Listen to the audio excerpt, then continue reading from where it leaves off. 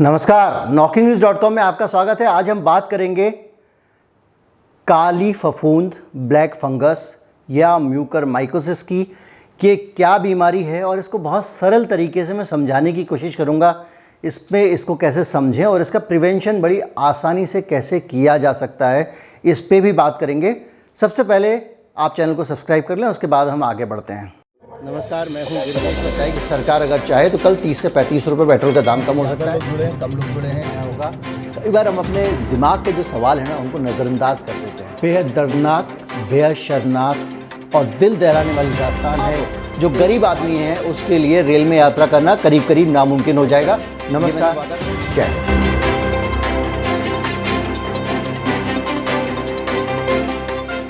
मैं इस नए चैनल पे इसलिए आया हूँ क्योंकि आप सब जानते हैं कि जो मेरा पुराना चैनल है उसको 14 दिन के लिए उस पर वीडियो पोस्ट करने पे यूट्यूब ने प्रतिबंध लगा दिया है। उसके बहुत सारे कारण हैं और जब तक उस चैनल पे दोबारा से मेरी गतिविधियाँ शुरू नहीं होती तब तक ये चैनल रहेगा और उस पर हमेशा के लिए बंद हो जाती हैं, तब भी इस चैनल पर हम रहेंगे। लेकिन बीच बीच में यहाँ वीडियो ज़रूर डालता रहूँगा। आज जो म्यूकरमाइकोसिस है इसको लेके मैं एक सरल से सरल तरीके से आपको बताना चाहूँगा। देखिए, ये एक तरह का वनस्पति है या कहें कि एक तरह का पौधा है या आप कहें कि ये फफूंद है। जैसे आपकी डबल रोटी पे फफूंद आ जाती है, मक्की पे फफूंद आ जाती है, तो कुछ फफूंद ऐसी होती हैं जो इस तरह की वनस्पतियों के ऊपर उगती हैं और कुछ फफूंद हमारे व्यक्ति के, जानवरों के, प्राणियों के शरीर में भी उगती हैं, उनका संवर्धन होता है। तो जैसे जो पौधे होते हैं उनका एक जगह से दूसरी जगह कैसे जाते हैं, जैसे नारियल होता है, उसका कवच ऐसा बना होता है, वो पानी में गिर के बह के दूर दूर तक चला जाता है, उसके बाद में वो नारियल जो है वो पेड़ बन जाता है। उसी तरह से तरह तरह तो ये जो फफूंद होते हैं इनके स्पोर्स होते हैं। स्पोर्स मतलब बीजाणु, बहुत बारीक बारीक बीज जैसे होते हैं जो उड़ते हैं। आपने देखा होगा कई बार ऐसे सफ़ेद रंग के जो है रुई जैसे गोले बाज़ार में आपने अपने घर के आसपास उड़ते देखे होंगे। कभी आपने कोई हल्की पत्ते जैसी डिस्क उड़ती देखी होंगी जिनके बीच में एक बीज होता है। ऐसे ही फफूंद के भी स्पोर्स होते हैं, बहुत बारीक होते हैं और वो उड़ते रहते हैं वातावरण में। उसके बाद क्या होता है कि वो हमारी सांस के साथ में और हमारी हवा के साथ में हमारे शरीर के अंदर चले जाते हैं। मैं आपको बताऊंगा कोरोना वायरस से उसका क्या कनेक्शन है और कैसे आप इसको आसानी से प्रिवेंट कर सकते हैं एक हद तक जाकर।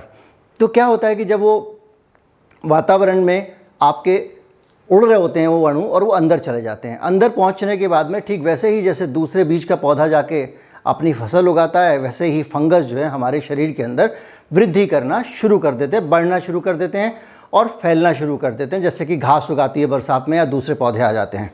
इसे काली फफूंद इसलिए कहते हैं क्योंकि ये जहाँ पे अपनी जमावट करती है वहाँ काले रंग की हो जाती है। और आपने देखा होगा कई डॉक्टर इसमें सलाह दे रहे हैं कि अंदर से काले रंग का क्रस्ट निकले। अगर काला काला कुछ जम रहा है नाक के अंदर आपकी, तो वो काली फफूंद है और आपको तुरंत अलर्ट हो जाना चाहिए। तो ये जो फफूंद है जब ये आपके शरीर के ऊपर लगनी शुरू हो जाती है तो उसको हानि पहुँचाना शुरू कर देती है और इसकी प्रतिक्रिया में हमारे शरीर का जो डिफेंस सिस्टम है, जब वो प्रतिक्रिया करता है तो उससे भी काफ़ी हद तक कई बार दिक्कतें दूर हो जाती हैं और दिक्कतें बढ़ जाती हैं। और जब वो कमज़ोर होता है तो बहुत ज़्यादा परेशानी खड़ी हो जाती है और इसमें कई लोगों की मृत्यु हो जाती है। अब सवाल इस बात का है कि काली फफूंद क्या क्या नुकसान पहुंचाती है। काली फफूंद हर तरह के वनस्पति के उगने की जगह होती है। कुछ आपने देखा उष्ण कटिबंधीय इलाकों में उगते हैं, कुछ ऐसे नमी वाले इलाकों में, कुछ ऊंचाई पे, कुछ नीचाई पे। जैसे कि आपको अगर मान लीजिए मेपल का पौधा देखना है तो आपको हाइट में जाना पड़ेगा, शायद आपको भारत में देखना है तो नैनीताल जाना पड़ेगा, या आप देवदारू का पेड़ देखना है तो और ऊंचे पहाड़ पे जाना पड़ेगा, वो नीचे नहीं मिलेगा। तो ऐसे ही ये जो इनका भी शरीर के अंदर जो ब्लैक फंगस है, म्यूकरमाइकोसिस जो है, तो इसके जमने की जो जगह है वो बताई गई है नाक का साइनस। नाक से जब अंदर जाता है तो अंदर एक जगह होती है जहाँ हवा जाती है, जहाँ से आगे बढ़ती है, तो वो जो उतना एक अंदर का इलाका है वो वहाँ जम जाता है। आँख में दम जाता है, फेफड़ों में जम जाता है, मतलब पूरे इस ट्रैक में जम जाता है। कई दफ़ा चेहरे की हड्डियाँ जो हैं उनको भी वो प्रभावित कर देता है क्योंकि वो हड्डियाँ जो हैं वो भी साइनस से जुड़ी हुई हैं, साइनस के संपर्क में हैं और उसके बाद वो बढ़ता चला जाता है। इसकी पहचान कैसे करें, एक बड़ा सवाल ये है। पहचान करने का इसका दो तरीके हैं। एक तो आपको जैसे दिखाई दे तो शुरू में ही इसकी जो दवाएँ हैं, इसकी जो एंटी फंगल दवाएँ वो डॉक्टर आपको देना शुरू कर देगा। इसके अलावा आप जो है वो उसको सीटी स्कैन के ज़रिए और दूसरे स्कैन्स के ज़रिए, ख़ासतौर पर एक्सरे से भी आप उसको देख सकते हैं। और लेकिन एक्सरे और सीटी स्कैन से दिखने के बाद भी इसकी तसल्ली करने के लिए बायोप्सी करनी पड़ती है। जिस जगह ये फंगस लगी हुई है वहाँ से निकालते हैं थोड़ा सा टुकड़ा और फिर उसको माइक्रोस्कोप में देखते हैं कि ये है क्या, ये वही फंगस है या कुछ और है, और उसके बाद एंटी फंगल इलाज करते हैं। अब ये है कि आजकल क्यों फैल रहा है, आजकल फैलने की वजह क्या है?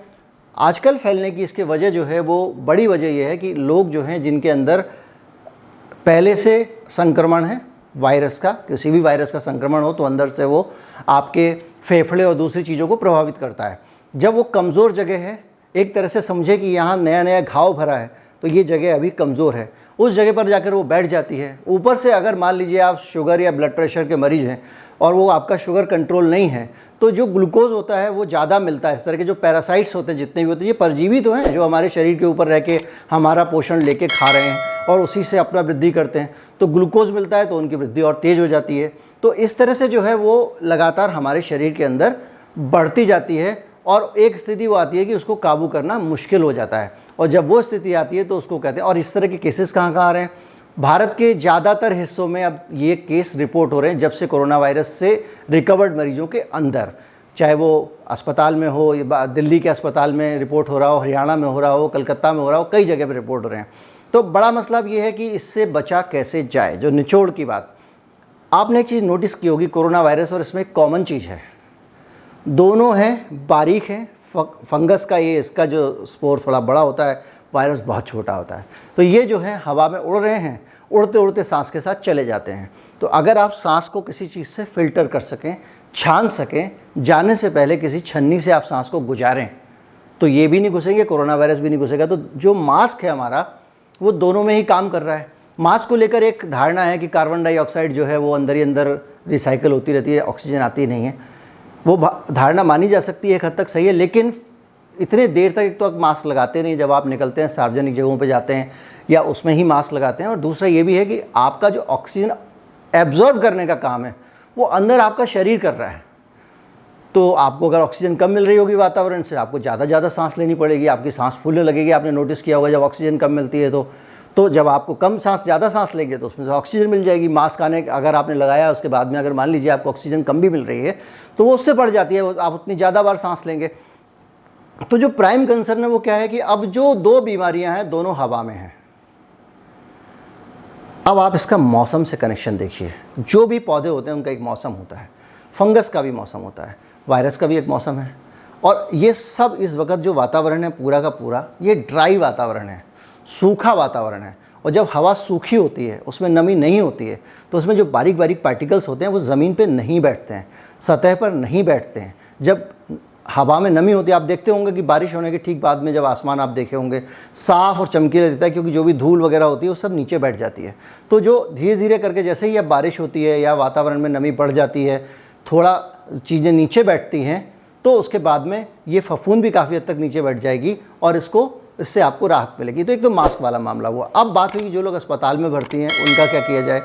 उनके केस में सावधानी बरतने की ज़रूरत है, क्योंकि खासतौर पर वेंटिलेटर जिन लोगों को लगा होता है उनका बहुत फिल्टर होकर उनके अंदर जो है वो हवा जारी होती है, तो और पूरा पैक होता है, तो कोई भी ऑर्गेनिज्म अंदर जाने का कोई गुंजाइश है नहीं।